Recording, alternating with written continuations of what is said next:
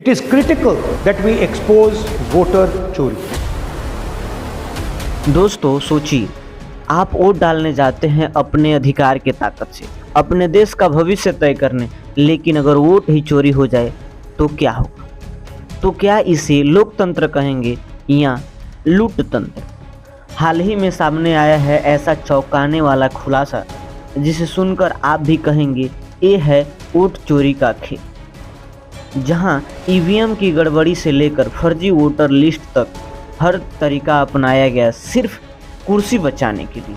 5 तरीके की चोरी पकड़ी है। डुप्लीकेट वोटर, जिसका मतलब एक वोटर के नाम वोटर लिस्ट में अनेक जगह आ रहे हैं। ये देखिए गुरकीरत सिंह डांग, इसका नाम 4 अलग अलग बूथों पे आता है। फेक एड्रेस, मतलब एड्रेस है ही नहीं, या फिर हाउस नंबर 0। तो आपने कभी सुना है हाउस नंबर 0? हमने तो नहीं सुना था, मगर बेंगलोर में हजारों हाउस नंबर 0 है वोटर लिस्ट पे। Bulk voter in single address, मतलब एक छोटे से घर में 40, 50, 60 लोग रह रहे हैं। हाउस नंबर 35 की कहानी सुनिए, छोटा सा घर है, ज्यादा से ज्यादा 4 लोग रह सकते हैं, मगर इस 35 में 80 लोग वोटर लिस्ट में रजिस्टर्ड। इनवैलिड फोटोज, इनकी फोटो देखिए, या फोटो है ही नहीं, या फिर छोटी छोटी फोटो है जो दिख नहीं सकती। इन वोटर आईडीज पे वोट दिया गया है। Misuse of form 6। Form 6 first time voters के लिए होती है जिनकी एज 18-20 साल की हो। अब मैं आपको बताता हूँ शकुन रानी की कहानी। फर्स्ट टाइम वोटर बनी है, 70 साल की आयु है, 2 बार इनका नाम वोटर लिस्ट में आता है और फर्स्ट टाइम वोटर की लिस्ट में आता है। ये फर्स्ट टाइम वोटर हो ही नहीं सकती। तो क्या शकुन रानी जी ने वोट किया या किसी और ने शकुन रानी जी के लिए वोट किया? राहुल गांधी ने खुले मन से कहा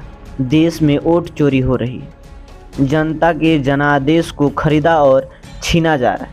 जिन्होंने बेंगलोर के केवल एक सेंट्रल सीट पर चोरी का खुलासा करते हुए कहा ये चोरी 5 तरीके से हुई है, वहां टोटल 1,250,000 वोट चोरी हुआ है। पहला तरीका डुप्लीकेट वोटर के जरिए, दूसरा फेक और इनवैलिड वोटर्स के जरिए, तीसरा bulk voter in single address के जरिए, चौथा इनवैलिड वोटर्स के जरिए और पांचवा मिसयूज ऑफ फॉर्म 6 जो 18 साल के ऊपर के लिए होता है और फर्स्ट वोटर्स के लिए।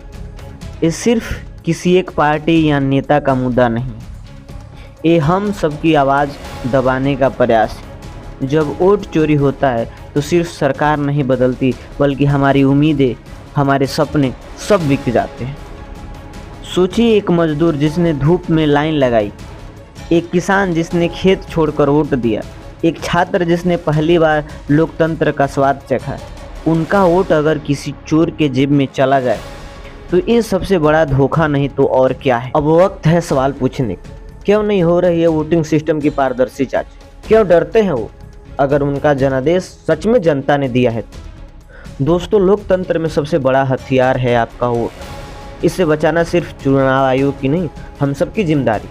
आवाज़ उठाइए, सवाल पूछिए और उस वोट चोर को बेनकाब कीजिए, क्योंकि अगर आपका वोट बिक गया तो आपका भविष्य बिक जाएगा। जय हिंद, जय भारत।